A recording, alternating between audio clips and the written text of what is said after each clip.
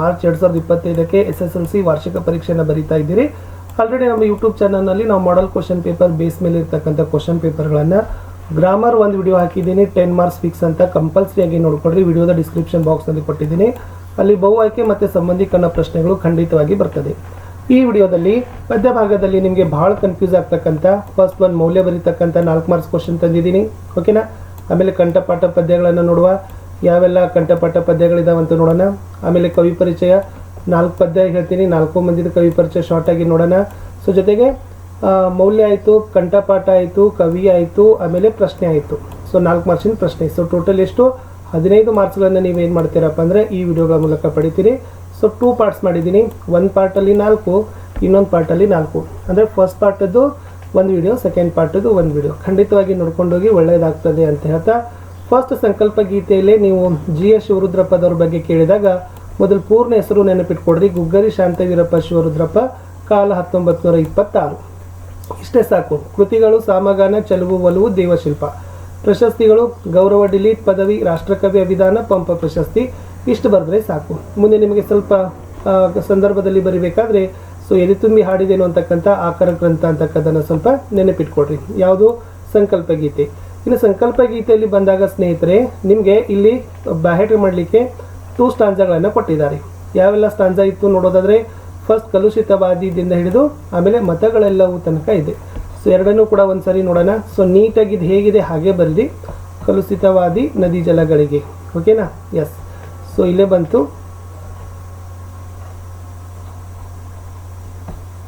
ಫಸ್ಟ್ದೇ ಇದೆ, ಕಲುಷಿತವಾದಿ ನದಿ ಜಲಗಳಿಗೆ ಮುಂಗಾರಿನ ಮಳೆಯಾಗೋಣ, ಬರಡಾಗಿರುವಿ ಕಾಡು ಮೇಡುಗಳ ವಸಂತವಾಗುತ್ತಾ ಮುಟ್ಟೋಣ. ಇಲ್ಲೊಂದು ಫುಲ್ ಸ್ಟಾಪ್ ಅದ. ಸೊ ಹೇಗಿದೆ ಡಿಕ್ಟು ಅದೇ ಥರನಾಗಿ ಬರೀರಿ. 4 ಪಾರ್ಟ್ಸ್ ಆರಾಮಾಗಿ ನಿಮಗೆ ಕೊಡ್ತಾರೆ. ಸೊ ಇನ್ನೊಂದಿತ್ತು ಕಲುಷಿತವಾದಿ ನದಿ ಜಲಗಳಿಗೆ ದಿಂದ ಹಿಡಿದು. ಸೊ ಸೆಕೆಂಡ್ ಕೊಟ್ಟಿದ್ದು ಪದ್ಯ ಎಸ್, ಮತಗಳೆಲ್ಲವೂ ಪಥಗಳು ಎನ್ನುವ ಅಂತಕ್ಕಂಥದ್ದು ಸಾಲಿದೆಯಲ್ಲ, ಸೊ ಅದನ್ನು ಕೊಟ್ಟಿದ್ರು. ಸೊ ಅದು ಕೂಡ ವೆರಿ ಈಸಿಯಾಗಿರ್ತಕ್ಕಂಥದ್ದೇ ಇತ್ತು ಸ್ನೇಹಿತರೆ. ಲಾಸ್ಟ್ ಸ್ಟಾಂಜ, ಮತಗಳೆಲ್ಲವೂ ಪಥಗಳು ಎನ್ನುವ ಹೊಸ ಎಚ್ಚರದಳು ಬದುಕೋಣ, ಭಯ ಸಂಶಯದಳು ಕಂದಿದ ಕಣ್ಣಳು ನಾಳಿನ ಕನಸನ್ನು ಬಿತ್ತೋಣ.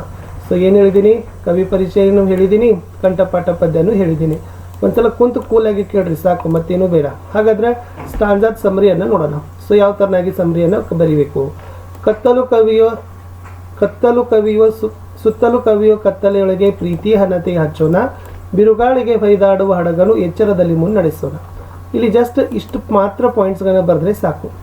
ಈ ಪದ್ಯದಲ್ಲಿ 2 ಮುಖ್ಯ ತತ್ವಗಳನ್ನು ನೋಡಬಹುದು. ಒಂದು ಬೆಳಕಿನ ತತ್ವ, ಒಂದು ಪ್ರೀತಿಯ ತತ್ವ. ಸುತ್ತಲೂ ಕವಿಯ ಕತ್ತಲೆಯೊಳಗೆ ಪ್ರೀತಿಯ ಹನತೆ ಹಚ್ಚೋಣ ಎಂದರೆ ಇಲ್ಲಿ ಜಾತೀಯತೆ, ಮತ, ಭಾಷೆ, ಬಣ್ಣ, ಅಜ್ಞಾನ, ಮೂಢನಂಬಿಕೆಗಳೆಂಬ ಕತ್ತಲೆಯು ನಮ್ಮ ಸುತ್ತಲೂ ಕವಿದಿರುತ್ತದೆ. ಆದುದರಿಂದ ಈ ಕತ್ತಲೆಯನ್ನು ಓಡಿಸಲು ಬೆಳಕಿನ ಅವಶ್ಯಕತೆ ಇದೆ. ಬೆಳಕನ್ನು ಬೀರಲು ಪ್ರೀತಿಯಿಂದ ಹನತೆಯನ್ನು ಹಚ್ಚಬೇಕಾಗಿದೆ ಎಂದು ಮೊದಲನೆಯ ಬೆಳಕಿನ ತತ್ವವನ್ನು ಸ್ಪಷ್ಟಪಡಿಸಬಹುದು. ಅಂತಹ ಹನತೆಯನ್ನು ಹಚ್ಚಿ ಬಿರುಗಾಳಿಗೆ ಸಿಕ್ಕು ಹೊಯ್ದಾಡುವಂಥ ಹಡಗನ್ನು ಎಚ್ಚರಿಕೆಯಿಂದ ಮುನ್ನಡೆಸಿ ದಡವನ್ನು ಸೇರಿಸೋಣ. ಅಂದರೆ ಸಂಸಾರ ಸಾಗರದಲ್ಲಿ ಅಜ್ಞಾನದ ಬಿರುಗಾಳಿಗೆ ಹೊಯ್ದಾಡುತ್ತಾ ಎತ್ತೆತ್ತಲು ಸಾಗುತ್ತಿರುವ ಬಾಳನೌಕೆಯನ್ನು ಎಚ್ಚರಿಕೆಯಿಂದ ಗುರಿಯತ್ತ ನಡೆಸೋಣ ಎಂದು ಕವಿ GS ಶಿವರುದ್ರಪ್ಪನವರು ಪ್ರೀತಿಯ ತತ್ವವನ್ನು ಇಲ್ಲಿ ಪ್ರತಿಪಾದಿಸಿದ್ದಾರೆ ಅಂತ ಬರೆದ್ರೆ ಈ ಸ್ಟಾಂಜಾ ಪ್ಯಾರ ಮೌಲ್ಯ ಆಯಿತು. ಇನ್ನು ಸೆಕೆಂಡ್ ಪ್ಯಾರ, ಕಲುಷಿತವಾದಿ ನದಿ ಜಲಗಳಿಗೆ ಮುಂಗಾರಿನ ಮಳೆಯಾಗೋಣ, ಬರಡಾಗಿರುವಿ ಕಾಡು ಮೇಡುಗಳ ವಸಂತವಾಗುತ್ತಾ ಮುಟ್ಟೋಣ. ಸೊ ಇಲ್ಲಿ ಏನು ಬರೀಬೇಕು, ಆಧುನಿಕ ಮಾನವನ ಹಸ್ತಕ್ಷೇಪದಿಂದ ಕಲುಷಿತವಾದ ನದಿಗಳ ಶುದ್ಧೀಕರಣ ಮಾಡಲು ಭೋರ್ಗರೆಯುವ ಮುಂಗಾರಿನ ಮಳೆಯೇ ಬೇಕು. ಅಂದರೆ ಅಲ್ಲಲ್ಲಿ ನಿಂತ ಕಲುಷಿತ ನೀರು ಕೊಚ್ಚೆಗಳನ್ನು ಕೊಚ್ಚಿ ತೆಗೆದು ಶುದ್ಧೀಕರಿಸಬಹುದು. ಹಾಗೆ ಕಲ್ಮಶಗಳಿಂದ ಕೂಡಿದ ಮನುಷ್ಯರ ಮನಸ್ಸುಗಳನ್ನು ಪ್ರೀತಿಯ ಮೂಲಕ ಹಸನಗೊಳಿಸೋಣ. ಬರಡಾಗಿರುವಿ ಕಾಡು ಮೇಡುಗಳ ವಸಂತವಾಗುತ್ತಾ ಮುಟ್ಟೋಣ. ಅಂದರೆ ಆಧುನೀಕರಣ, ಜಾಗತೀಕರಣ, ಕೈಗಾರೀಕರಣ, ಡಾಂಬರೀಕರಣ, ಯಾಂತ್ರೀಕರಣ ಇದರಿಂದ ಕಾಡುಗಳು ನಾಶವಾಗಿ ಪರಿಸರದ ಬರಡಾದ ಮರುಭೂಮಿ ಅಂತಾಗಿದೆ. ಇಲ್ಲಿ ಗಿಡ ಮರಗಳನ್ನು ಬೆಳೆಸುವ ಅವಶ್ಯಕತೆಯನ್ನು ಜನರಲ್ಲಿ ಜಾಗೃತಗೊಳಿಸುವ ಕಾರ್ಯವನ್ನು ಮಾಡೋಣ ಎನ್ನಬಹುದು. ಅಂದರೆ ನಾಗರಿಕತೆಯ ಭರಾಟೆಯಲ್ಲಿ ಮೌಲ್ಯಗಳು ಕುಸಿಯುತ್ತಿವೆ. ಅಂಥ ಹೃದಯದಲ್ಲಿ ಮೌಲ್ಯಗಳೆಂಬ ಸಸಿಗಳನ್ನು ನೆಟ್ಟು ಪ್ರೀತಿಯ ನೀರನ್ನು ಎರೆಯುತ್ತಾ ಬದುಕನ್ನು ಸಂತಸವಾಗಿಸೋಣ ಎಂದು ಬದುಕು ಹಸನುಗೊಳಿಸುವ ಮೌಲ್ಯವನ್ನು ಕವಿ GS ಶಿವರುದ್ರಪ್ಪನವರು ಹೇಳಿದ್ದಾರೆ ಅಂತಕ್ಕಂಥ ಬರೆದ್ರೆ ಸಾಕು. ನೆಕ್ಸ್ಟ್, ಬಿದ್ದುದನ್ನು ಮೇಲೆಬ್ಬಿಸಿ ನಿಲ್ಲಿಸಿ ಹೊಸ ಭರವಸೆಗಳ ಕಟ್ಟೋಣ, ಮನುಜರ ನಡುವನ ಅಡ್ಡಗೋಡೆಗಳ ಕೆಡವುತ್ತ ಸೇತುವೆಯಾಗೋಣ.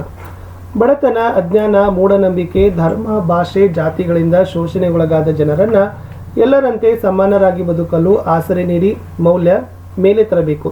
ಅವರ ಮನಸ್ಸಿನಲ್ಲಿ ಬದುಕೋ ಹೊಸ ಭರವಸೆಗಳನ್ನು ಕೊಡಬೇಕು. ಹಾಗೆ ಮನುಷ್ಯರ ನಡುವೆ ಜಾತಿ, ಧರ್ಮ, ಭಾಷೆ, ವರ್ಣಗಳಿಂದ ಆವೃತ್ತವಾದ ಅಡ್ಡಗೋಡೆಗಳನ್ನು ಕೆಡವಿ ಹಾಕಬೇಕು. ವಿಶ್ವದ ಜನರೆಲ್ಲರನ್ನ ಒಂದಾಗಿಸುವ ಪ್ರೀತಿಯ ಸ್ನೇಹದ ಸೇತುವೆಯನ್ನು ನಿರ್ಮಿಸೋಣವೆಂದು ಕವಿ GS ಶಿವರುದ್ರಪ್ಪನವರು ಸಮಾನತೆಯ ಮೌಲ್ಯವನ್ನು ಹೇಳಿದ್ದಾರೆ. ಲಾಸ್ಟ್ ಸ್ಟಾಂಜ, ಮತಗಳೆಲ್ಲವೂ ಪಥಗಳು ಎನ್ನುವ ಹೊಸ ಎಚ್ಚರದಳು ಬದುಕೋಣ, ಭಯ ಸಂಶಯದಳು ಕಂದಿದ ಕಣ್ಣಳು ನಾಳಿನ ಕನಸನ್ನು ಬಿತ್ತೋಣ. ಭಾರತದಲ್ಲಿ ವಿವಿಧ ಮತಪಂಥಗಳಿದ್ದು ಬೇರೆ ಬೇರೆ ರೀತಿಯ ಆಚರಣೆ ಸಂಪ್ರದಾಯಗಳು ಇವೆ. ಆದರೂ ವಿವಿಧತೆಯಲ್ಲಿ ಏಕತೆಯನ್ನು ಕಾಣುವ ದೇಶ ಭಾರತ. ಇಂಥ ಮತಪಂಥಗಳೆಲ್ಲವೂ ನಮ್ಮ ಉತ್ತಮ ಜೀವನಕ್ಕೆ ಬೆಳಕಾಗಬಲ್ಲ, ಮುಕ್ತಿಯನ್ನು ನೀಡಬಲ್ಲ, ಸನ್ಮಾರ್ಗಕ್ಕೆ ಕರೆದುಕೊಂಡು ಹೋಗುವ ಮಾರ್ಗಗಳಿಂದ ತಿಳಿಯಬೇಕು. ಅಸಮಾನತೆ, ಭಯೋತ್ಪಾದಕತೆ, ಶೋಷಣೆ ಇತ್ಯಾದಿಗಳಿಂದ ಭಯಭೀತಿಗೊಂಡು ನಾಳಿನ ಬದುಕಿನ ಬಗ್ಗೆ ಸಂಶಯಗೊಂಡು ನಿರಾಸೆ ಹೊಂದಿದ ಮನಸ್ಸುಗಳಿಗೆ ಮುಂದಿನ ಬದುಕಿಗೆ ಉತ್ತಮ ಕನಸನ್ನು ಅವರಲ್ಲಿ ಬಿತ್ತಿ ಧೈರ್ಯ ನೀಡಬೇಕೆಂದು ಸಮಾನತೆಯ ತತ್ವ ಮತ್ತು ಒಳ್ಳೆಯ ಬದುಕಿನ ಭರವಸೆ ಬಗ್ಗೆ GS ಶಿವರುದ್ರಪ್ಪನವರು ಅರಿವು ಮೂಡಿಸಿದ್ದಾರೆ. ಎರಡನೇ ಪದ್ಯಕ್ಕೆ ಹೋಗೋಣ. ಹಕ್ಕಿ ಹಾರುತ್ತಿದೆ ನೋಡಿದ್ದೀರಾ. ಸೊ ನಿಮ್ಮೆಲ್ಲರದು ಕೂಡ ಫೇವ್ರೇಟ್ ಆಗಿರ್ತಕ್ಕಂಥ ಹಾಡು ಅಂತಾನೆ ಹೇಳ್ಬೋದು. ಓಕೆ, ಎಸ್, ಹಕ್ಕಿ ಹಾರುತ್ತಿದೆ ನೋಡಿದಾರಲ್ಲ. ಫಸ್ಟ್ ನಾವು ನೋಡ್ಕೊಂಡು ಬರೋಣ ಏನಪ್ಪ ಅಂತಂದ್ರೆ ಪರಿಚಯ, ಕವಿ ಪರಿಚಯ. ಸೊ ಗೊತ್ತಿದೆ, ಎಸ್, ಅಂಬಿಕಾ ತನಿಯದತ್ತ, ಕಾವ್ಯನಾಮ ಇದೆ ದ ರಾ ಬೇಂದ್ರೆ, ಪೂರ್ಣ ಹೆಸರು ದತ್ತಾತ್ರೇಯ ರಾಮಚಂದ್ರ ಬೇಂದ್ರೆ, ಕಾಲ 1896, ಸ್ಥಳ ಧಾರವಾಡ. ಕೃತಿಗಳು ಗರಿ ಕೃಷ್ಣಕುಮಾರಿ ಉಯ್ಯಾಲೆ, ಪ್ರಶಸ್ತಿಗಳು ಕೇಂದ್ರ ಸಾಹಿತ್ಯ ಅಕಾಡೆಮಿ ಪ್ರಶಸ್ತಿ, ಜ್ಞಾನಪೀಠ ಪ್ರಶಸ್ತಿ. ಹಾಗಾದರೆ ಕಂಠಪಾಠ ಪದ್ಯ ಎರಡಿದ್ದಾವೆ, ಎರಡರಲ್ಲಿ ಒಂದಂದ್ರೂ ಕೂಡ ನಾವು ಬ್ಯಾಟ್ ಮಾಡಲೇಬೇಕು. ಎರಡಕ್ಕೆರಡು ಏನು ಬ್ಯಾಪಟ್ ಮಾಡ್ಕೊಂಡು ಬರಕ್ಕೆ ಹೋಗ್ಬೇಡ್ರಿ, ಬಟ್ ಒಂದಾದರೂ ಏನು ಮಾಡಿರಿ, ಕಂಪಲ್ಸರಿಯಾಗಿ ಬ್ಯಾಟ್ ಮಾಡಿರಿ. ಸೊ ಖಂಡಿತವಾಗಿ ನಿಮಗೆ ಅಂಕಗಳು ಅಲ್ಲಿಂದ ಬರ್ತಾವೆ. ಓಕೆನಾ. ಸೊ ಆಲ್ಮೋಸ್ಟ್ ಅದು ಪದ್ಯ ಮೇಲೆ ಹೋಯಿತು ಅಂತ ಅನಿಸಿತು. ಎಸ್, ನೀಲ ಮೇಘಮಂಡಲ ಇದೆ ಮತ್ತು ಯುಗ ಯುಗಗಳ ಅಂತ ಎರಡಿದ್ದಾವೆ. ಸೊ ಎರಡನ್ನೂ ಕೂಡ ಹೇಳ್ತೀನಿ. ಬಟ್ ನೀಲ ಮೇಘಮಂಡಲ ನಿಮ್ಗೆ ಯಾವ್ದು ಈಸಿ ಆಗ್ತದಲ್ಲ, ಈಸಿ ಅಂದ್ರೇನು, ಕರೆಕ್ಟಾಗಿ ಬರಿಬೇಕು. ಯಾವುದೂ ತಪ್ಪು ತಡೆಗಳು ಇರಲಾರ್ದೆ ದೀರ್ಘ ಒತ್ತಕ್ಷರಗಳ ಬಗ್ಗೆ ವಿಚಾರ ಮಾಡಿ ಬರೆದ್ರೇ ನಿಮಗೆ ಅಂಕಗಳು ಸಿಗ್ತವೆ, ಇಲ್ಲದ್ರೆ ಸಿಗೋದಿಲ್ಲ. ಎಸ್, ನೀಲ ಮೇಘಮಂಡಲ ಸಮಬನ್ನ ಮುಗಿಲಿಗೆ ರೆಕ್ಕೆಗಳೆಳೆದವು ಅನ್ನ, ಚಕ್ಕೆಯ ಮಾಲೆಯ ಸೆಕ್ಕಿಸಿಕೊಂಡು ಸೂರ್ಯಚಂದ್ರರನ್ನು ಮಾಡಿದೆ ಕನ್ನ, ಹಕ್ಕಿ ಹಾರುತ್ತಿದೆ ನೋಡಿದ್ದೀರಾ. ಇದಿದೆ ಯುಗ ಯುಗಗಳ ಹನೆ ಬರಹವ ವರಸಿ, ಮನ್ವಂತರಗಳ ಭಾಗ್ಯವತರಿಸಿ, ರೆಕ್ಕೆಯ ಬೀಸುತ್ತ ಚೇತನಗೊಳಿಸಿ, ಹೊಸಗಾಲದ ಹಸು ಮಕ್ಕಳ ಹರಸಿ, ಹಕ್ಕಿ ಹಾರುತ್ತಿದೆ ನೋಡಿದ್ದೀರಾ. ಇದು ಭಾಳ ಈಸಿ ಅದ. ಸೊ ಇದನ್ನೇ ಕೂಡ ಬ್ಯಾಪಟ್ ಮಾಡ್ರಿ. ಸೊ ಖಂಡಿತವಾಗಿ ಕೇಳಿದ್ರೆ 4 ಮಾರ್ಕ್ಸ್ ಆರಾಮಾಗಿ ತಗೋತೀರಿ. ಮೌಲ್ಯಕ್ಕೆ ಹೋಗೋಣ. ಮೌಲ್ಯದಲ್ಲಿ ಫಸ್ಟ್ ಸ್ಟಾಂಜಾ, ಇರುಳರಿದು ದಿನ ದಿನ ಬೆಳಿಗ್ಗೆ, ಸುತ್ತಮುತ್ತಲು ಮೇಲಕ್ಕೆ ಕೆಳಗೆ, ಗಾವುದ ಗಾವುದ ಗಾವುದ ಮುಂದೆ, ಎವೆತೆರೆ ದಿಕ್ಕುವ ಹೊತ್ತಿನ ಒಳಗೆ, ಹಕ್ಕಿ ಹಾರುತ್ತಿದೆ ನೋಡಿದ್ದೀರಾ. ಸೊ ಏನು ಬರಿತೀರಿ, ಬೇಂದ್ರೆಯವರು ಕಾಲವನ್ನು ಹಾರು ಹಕ್ಕಿಗೆ ಹೋಲಿಸಿದ್ದಾರೆ. ಈ ಪದ್ಯದಲ್ಲಿ ಕಾಲದ ವೇಗ ವಿಸ್ತಾರವನ್ನು ಹೇಳಿದ್ದಾರೆ.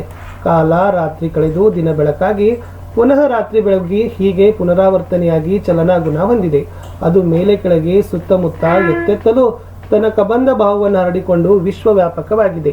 ಕಾಲ ಕಣ್ಣು ತೆರೆದು ರೆಪ್ಪೆ ಮುಚ್ಚುವುದರೊಳಗೆ ಗಾವುದ ಗಾವುದ ಗಾವುದ ರೀತಿಯಲ್ಲಿ ವೇಗವಾಗಿ ಹಾರಿ ಹೋಗುತ್ತಿದೆ. ಇಂಥ ಹಕ್ಕಿ ಹಾರೋದನ್ನು ನೀವು ನೋಡಿದ್ದೀರಾ ಎಂದು ಕಾಲದ ಚಲನಾಶೀಲ ವಿಸ್ತಾರ ವೇಗ ಗುಣಗಳನ್ನು ತಿಳಿಸಿದ್ದಾರೆ ಅಂತ ಬರೀರಿ. ಕರಿನರೆ ಬಣ್ಣದ ಪುಚ್ಚಗಳುಂಟು, ಬಿಳಿ ಹೊರೆ ಬಣ್ಣದ ಗರಿಗರಿಯುಂಟು, ಕೆನ್ನನ ಹೊನ್ನನ ಬಣ್ಣ ಬಣ್ಣಗಳ ರೆಕ್ಕೆಗಳೆರಡು ಪಕ್ಕದಲ್ಲುಂಟು, ಹಕ್ಕಿ ಹಾರಿತಿದೆ ನೋಡಿದ್ದೀರಾ. ಬೇಂದ್ರೆಯವರು ಈ ಪದ್ಯದಲ್ಲಿ ಕಾಲದ ಗುರುತುಗಳನ್ನು ತಿಳಿಸಿದ್ದಾರೆ. ಹಕ್ಕಿಯ ಹಿಂದೆ ಇರುವ ಪುಚ್ಚ ಅಗೋಚರ, ಅದು ಕಳೆದು ಹೋದ ಭೂತಕಾಲ ಕರಿನೆರೆ ಬಣ್ಣಕ್ಕೆ ಹೋಲಿಸಿದ್ದಾರೆ. ನೇರವಾಗಿ ಗೋಚರಿಸುವ ಬಿಳಿ ಹೊಳೆ ಬಣ್ಣದ ಗರಿಗಳು ವರ್ತಮಾನ ಕಾಲದ ಗುರುತುಗಳು. ಹಾಗೆ ಕೆಂಪಾಗಿ ಹೊನ್ನಿನ ಬಣ್ಣಗಳ ರೆಕ್ಕೆಗಳು ಭವಿಷ್ಯತ್ ಕಾಲದ ಗುರುತುಗಳು. ಹೀಗೆ ಕಾಲವೆಂಬ ಹಕ್ಕಿ ಭೂತ, ವರ್ತಮಾನ, ಭವಿಷ್ಯತ್ ಕಾಲ ಗುರುತುಗಳನ್ನು ಮೂಡಿಸುತ್ತಾ ಹಾರಿ ಹೋಗುತ್ತಿದೆ ನೋಡಿದ್ದೀರಾ ಎಂದು ಕವಿ ಹೇಳಪ್ಪ ಅಂತಂದ್ರೆ, ನೀಲ ಮೇಘ ಮಂಡಲ ಸಮಬನ್ನ ಮುಗಿಲಿಗೆ ರೆಕ್ಕೆಗಳೆಳೆದವು ಅನ್ನ, ಚಿಕ್ಕೆಯ ಮಾಲೆಯ ಸೆಕ್ಕಿಸಿಕೊಂಡು ಸೂರ್ಯಚಂದ್ರರನ್ನ ಮಾಡಿದೆ ಕನ್ನ, ಹಕ್ಕಿ ಹಾರುತ್ತಿದೆ ನೋಡಿದ್ದೀರಾ. ಬೇಂದ್ರೆಯವರು ಈ ಪದ್ಯದಲ್ಲಿ ಕಾಲದ ವಿಶಾಲತೆ ಮತ್ತು ವ್ಯಾಪ್ತಿಯನ್ನು ವಿವರಿಸಿದ್ದಾರೆ. ಹಕ್ಕಿಯು ಆಕಾಶ, ಮೋಡ, ಭೂಮಂಡಲಗಳ ಎಲ್ಲ ಬಣ್ಣಗಳನ್ನು ಸಮನಾಗಿ ಆವರಿಸಿಕೊಂಡಿದೆ. ಅಂದರೆ ಇವುಗಳಲ್ಲಿ ಭೇದ ವರ್ಣಿಸದೆ ಸಮತೆಯನ್ನು ಕಾಣುತ್ತಿದೆ. ಹಕ್ಕಿಯ ರೆಕ್ಕೆಯು ಮೂಡಿದಾಗ ಹೇಗೆ ಹಾರಿ ಹೋಗುತ್ತದೆಯೋ ಹಾಗೆ ಕಾಲವೆಂಬ ಹಕ್ಕಿ ಮುಗಿಲನ್ನು ರೆಕ್ಕೆ ಮೂಡಿಕೊಂಡು ಅನಂತವಾಗಿ ಹಾರಿ ಹೋಗುತ್ತಿದೆ. ಹೇಗೆಂದರೆ ಚಕ್ಕೆಗಳ ಮಾಲೆಯನ್ನು ಕೊರಳಿಗೆ ಸಿಕ್ಕಿಸಿಕೊಂಡು ಸೂರ್ಯಚಂದ್ರರನ್ನ ಕಣ್ಣುಗಳನ್ನಾಗಿ ಮಾಡಿಕೊಂಡು ಅನಂತದೆಡೆಗೆ ಹಾರಿ ಹೋಗಿದೆ ನೋಡಿದಿರಾ ಎಂದು ಕವಿ ಹೇಳಿದ್ದಾರೆ. ರಾಜ್ಯದ ಸಾಮ್ರಾಜ್ಯದ ತೆನೆವಕ್ಕಿ ಮಂಡಲ ಗಿಂಡಲಗಳ ಗಡಮುಕ್ಕಿ ತೇಲಿಸಿ ಮುಳುಗಿಸಿ ಖಂಡ ಖಂಡಗಳ ಸಾರ್ವಭೌಮರ ನೆತ್ತಿಯ ಕುಕ್ಕಿ ಹಕ್ಕಿ ಹಾರುತ್ತಿದೆ ನೋಡಿದ್ದೀರಾ. ಸೊ ಇತರದ್ದು ಮೌಲ್ಯ ನೋಡೋಣ. ಬೇಂದ್ರೆಯವರು ಈ ಪದ್ಯದಲ್ಲಿ ಕಾಲದ ಸಾರ್ವಭೌಮತ್ವವನ್ನೇ ವಿವರಿಸಿದ್ದಾರೆ. ರಾಜ್ಯ ಸಾಮ್ರಾಜ್ಯಗಳನ್ನು ವೈಭವದಿಂದ ಮೆರೆಯುವಂತೆ ಮಾಡಿದ್ದು ಇದೇ ಕಾಲ. ಹಾಗೆಯೇ ಅವುಗಳ ನಡುವೆ ತೆನೆಯಲ್ಲಿನ ಕಾಳುಗಳನ್ನು ಬೇರ್ಪಡಿಸುವಂತೆ ಬೇರೆ ಬೇರೆ ಮಾಡಿದ್ದು ಇದೇ ಕಾಲ. ಹಾಗಾಗಿ ಕಾಲ ಸಾರ್ವಭೌಮತ್ವವನ್ನು ಹೊಂದಿದೆ. ರಾಜ ಮಹಾರಾಜರ ಸಣ್ಣ ದೊಡ್ಡ ಕೋಟೆ ಕೊತ್ತಲಗಳನ್ನು ಗಬಕ್ಕನೆ ನಾಶ ಮಾಡಿದ್ದು ಕಾಲವೇ. ವಿಶ್ವದ ಎಲ್ಲ ಭಾಗಗಳನ್ನು ಒಂದು ಸಲ ವೈಭವದಿಂದ ಮೆರೆಯುವಂತೆ ಮಾಡಿದ್ದು ಮತ್ತೊಂದು ಸಲ ಮುಳುಗುವಂತೆ ಮಾಡಿದೆ. ಹಾಗೆಯೇ ಸಾರ್ವಭೌಮರೆಂದು ಮೆರೆದವರ ನೆತ್ತೆಯ ಮೇಲೆ ಕುಕ್ಕಿ ಕೆಳಗೆ ಬೀಳಿಸಿ ಹೊಸಕಿ ಹಾಕಿ ಹಕ್ಕಿ ಹಾರಿ ಹೋಗಿದೆ ಎಂದು ಹೇಳುತ್ತಾರೆ. ಸೊ ಮುಂದೆ ಯುಗ ಯುಗಗಳ ಹಣೆ ಬರಹವ ಬರೆಸಿ ಮನ್ವಂತರಗಳ ಭಾಗ್ಯವ ತೆರೆಸಿ ರೆಕ್ಕೆ ಬೀಸುತ್ತ ಚೇತನಗೊಳಿಸಿ ಹೊಸಗಾಲದ ಹಸು ಮಕ್ಕಳ ಹರಸಿ ಹಕ್ಕಿ ಹಾರುತ್ತಿದೆ ನೋಡಿದ್ದೀರಾ. ಬೇಂದ್ರೆಯವರು ಈ ಪದ್ಯದಲ್ಲಿ ಕಾಲದ ಪರಿವರ್ತನಾ ನಿಯಮ ಹಾಗೂ ಹಾರೈಕೆಯನ್ನು ವಿವರಿಸಿದ್ದಾರೆ. ಕಾಲ ಯುಗ ಯುಗಗಳ ಹಣೆ ಬರಹವನ್ನು ಚರಿತ್ರೆಯನ್ನು ಅಳಿಸಿ ಹಾಕಿ ಹೊಸತನವನ್ನು ಹೊಸ ಹಣೆ ಬರಹವನ್ನು ಬರೆದು ಎಲ್ಲರಿಗೂ ಬದಲಾವಣೆಯಾಗುವ ಒಳ್ಳೆಯ ಭಾಗ್ಯವನ್ನು ತೆರೆದುಕೊಟ್ಟಿದೆ.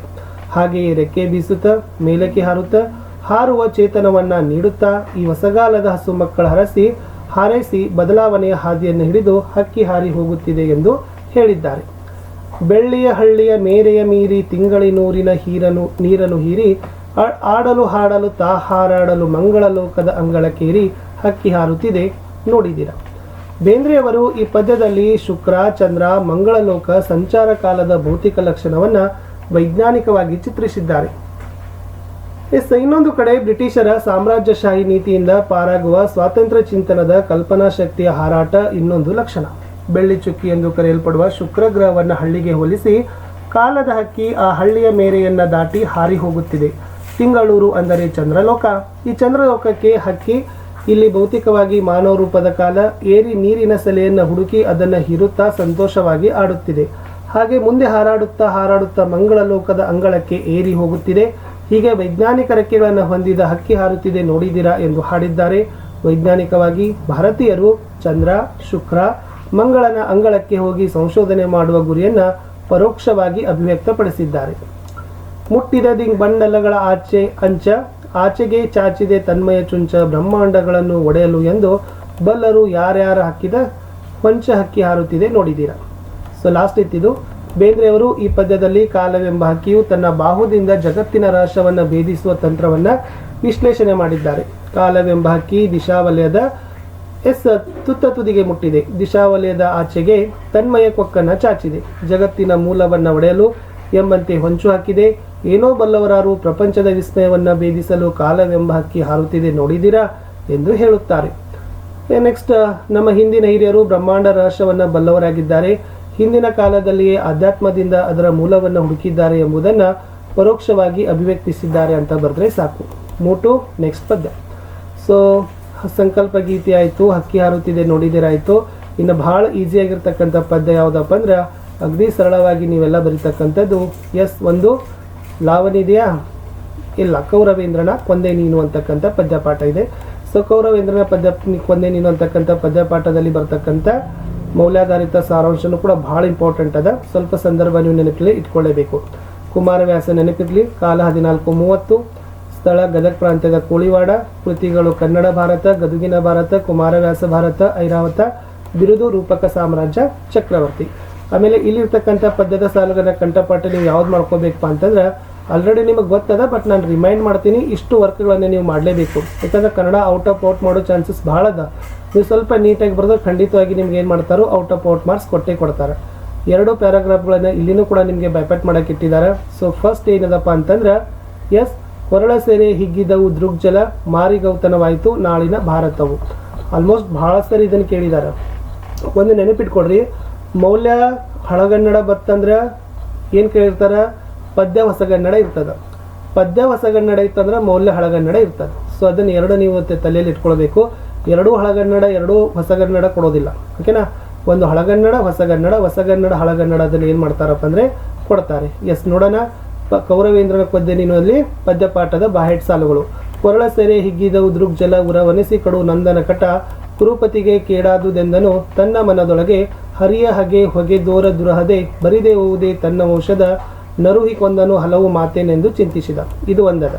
ಇನ್ನು ಸೆಕೆಂಡ್ ಭಾಳ ಫೇಮಸ್ ಆಗಿರ್ತಕ್ಕಂಥದ್ದು ಮಾರಿಗೌತನವಾಯಿತು. ಇದನ್ನೇ ಬೈಪಟ್ ಮಾಡ್ರಿ, ಭಾಳ ಈಸಿ ಅದ.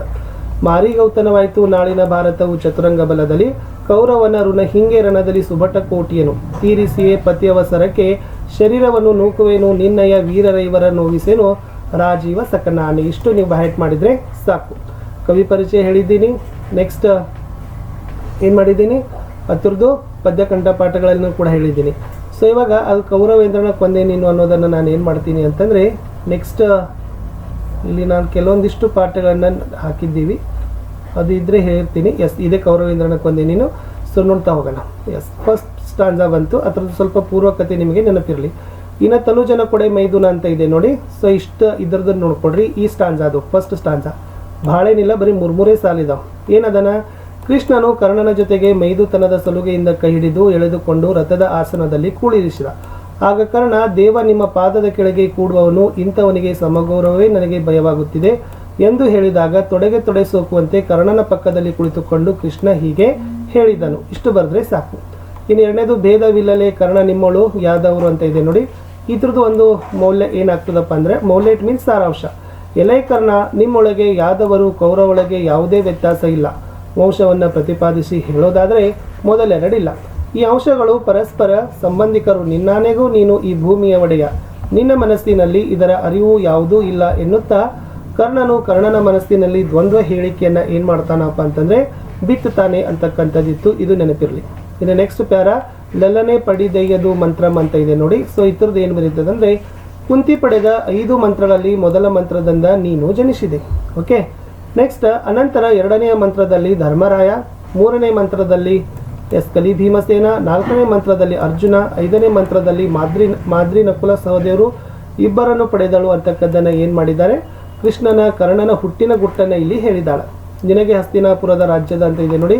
ಇದ್ರದ್ದು ಸಮರಿ ಏನಾಗ್ತದಪ್ಪ ಅಂದರೆ, ಕೃಷ್ಣನು ಎಲೈ ಕರ್ಣನೇ, ನಿನಗೆ ಹಸ್ತಿನಾಪುರದ ರಾಜ್ಯದ ಹಿರಿಮೆಯನ್ನು ಪಾಂಡವ ರಾಜರು ಕೌರವ ರಾಜರು ನಿನ್ನ ಪೀಠವನ್ನು ಓಲೈಸುತ್ತಾರೆ. ನಿನಗೆ ಈ ಎರಡೂ ಅಂಶಗಳು ಸೇವೆ ಮಾಡುತ್ತಾರೆ. ಇದನ್ನು ಬಿಟ್ಟು ನೀನು ದುರ್ಯೋಧನನ ಬಾಯಂಜಲಿಗೆ ಕೈ ಚಾಚುವುದು ಸರಿಯೇ ಎಂದು ಹೇಳಿದರು. ನೆಕ್ಸ್ಟ್, ಎಡದ ಮೈಯಲ್ಲಿ ಕೌರವೇಂದ್ರನ ಗಡನ ಬಲದಲ್ಲಿ ಅಂತ ಇದೆ. ಇದ್ರದ್ದೇನಪ್ಪ ಅಂತಂದ್ರೆ, ಕೃಷ್ಣ ಕರ್ಣ ನಿನ್ನ ಎಡಕ್ಕೆ ಕೌರವೇಂದ್ರನ ಸಮೂಹ, ಬಲಕ್ಕೆ ಪಾಂಡವ ಪುತ್ರರ ಸಮೂಹವಿರಲು ಎದುರಿಗೆ ಮಾದ್ರಮಾಗದ ಯಾದವರನ್ನು ಮೊದಲು ಮಾಡಿಕೊಂಡು ಇರುವಾಗ ನೀನು ಮಧ್ಯದಲ್ಲಿ ಕುಳಿತು ರಾಜಸಭೆಯಲ್ಲಿ ಪ್ರಕಾಶಿಸುವ ಅತಿಯಾದ ಸೊಬಗನ್ನು ಬಿಟ್ಟು ದುರ್ಯೋಧನ ಹೇಳಿದ ಮಾತಿಗೆ ಒಡೆಯ ಅನುಗ್ರಹವಾಯಿತು ಎಂದು ಹೇಳೋದು ನಿನಗೆ ಕಷ್ಟವಲ್ಲವೇ ಎಂದು ಹೇಳು ನೋಯಿಸೋದಿಲ್ಲ ಅಂತ ಹೇಳ್ತಾನೆ ಅಂತ ಬರೆದ್ರೆ ಸಾಕು. ಇಷ್ಟು ಕೌರವೇಂದ್ರನ ನೀನು ಕೊಂದೆ ನೀನು ಅಂತಕ್ಕಂಥ ಪದ್ಯಪಾಠದ ಸಮರಿ ಇತ್ತು. ಸೊ ಎಲ್ಲವನ್ನು ಕೂಡ ಹೇಳಿದೆ, ಕವಿ ಪರಿಚಯ ಹೇಳಿದೆ, ಪದ್ಯ ಹೇಳಿದೆ, ಸಮರಿ ಹೇಳಿದೆ. ಸಮರಿಯಲ್ಲಿ ನಿಮಗೆ ಲಾಂಗ್ ಕ್ವಶನ್ ಆನ್ಸರ್ ಸಿಗ್ತಾವೆ. ಓಕೆನಾ. ಸೊ ಅಲ್ಲಿ ನೀವು ಸ್ವಲ್ಪ ತಲೆ ಹಾಕಬೇಕು, ಏನಿದೆ ಏನಿಲ್ಲ ಅಂತಕ್ಕಂಥ ಪ್ರಶ್ನೆ ಕೇಳಿದರೆ ಅವೇ ಪ್ರಶ್ನೆಗಳಲ್ಲಿ ಏನಾಗ್ತಾವಪ್ಪ ಅಂತಂದ್ರೆ ಬರ್ತಾವೆ. ಇನ್ನು ಲಾಸ್ಟ್ ಲಾವಣಿ ಇದೆ ಅಂತ ಹೇಳಿದ್ದೆ, ಯಾಕಂದರೆ ಇಲ್ಲಿ ಲಾವಣಿದೇ ಒಂದು ಇದೆ, ಚಲಮನೆ ಮೆರುವೆಮ್ ಅಂತ ಇದೆ. ಸೊ ಚಲಮನೆ ಮೆರುವೆಮ್ ಅಂತಕ್ಕಂಥದ್ದನ್ನು, ಸೊ ಅದಕ್ಕಿಂತ ಮುಂಚೆ ನಾನು ಏನು ಮಾಡ್ತೀನಿ, ನಿಮಗೆ ಹಲಗಲಿ ಬೇಡರ್ ಅಂತ ಒಂದು 4 ಪದ್ಯಗಳನ್ನು ಸೆಟ್ ಮಾಡಿದ್ದೀವಿ. ಇಲ್ಲಿ 4 ಪಾಠಗಳನ್ನು ಮುಗಿಸ್ಬಿಡೋಣ. ಸೊ ನೆಕ್ಸ್ಟಲ್ಲಿ ನಾನು ಏನು ಮಾಡ್ತೀನಿ, ಕಂಟಿನ್ಯೂಗಳನ್ನು ತೊಗೊಳ್ಳೋಣ. ಯಾಕಂದರೆ ಇದು ಭಾಳ ಈಸಿ ಅದ, ಬರೀ ಒಂದು ಇಷ್ಟು ಸರಳವಾಗಿರ್ತಕ್ಕಂಥದ್ದೇ ಇದೆ. ಹಲಗಲಿ ಬೇಡರಲ್ಲಿ ಬರ್ತಕ್ಕಂಥದ್ದು BS ಗದ್ದಗಿ ಮಠ ಅವರು ಸಂಪಾದನೆ ಮಾಡಿದಾರಲ್ಲ, ಅವರ ಒಂದು ಪರಿಚಯನೂ ಕೂಡ ನಿಮಗೆ ಬಂದರೂ ಬರ್ಬೋದು, ಅದನ್ನು ಕೂಡ ನೋಡ್ಕೊಡ್ರಿ. ಇನ್ನು ವಿಲಾತಿಯಿಂದ ಹುಕುಮ ಕಳಿಸಿದ್ದು ಕಂಪನಿ ಸರ್ಕಾರ, ಎಲ್ಲ ಜನರಿಗೆ ಜೋರ ಮಾಡಿ ಕಸಿದುಕೊಳ್ಳಿರಿ ಹತ್ತಾರ ಅಂತ ಇದೆ. ಸೊ ಇಲ್ಲಿ 4 ಸಾಲುಗಳನ್ನ ಮಾತ್ರ ಕೊಡ್ತಾರೆ, ಇಷ್ಟೆಲ್ಲ ಕೊಡೋದಿಲ್ಲ. ಓಕೆನಾ. ಇಲ್ಲೇ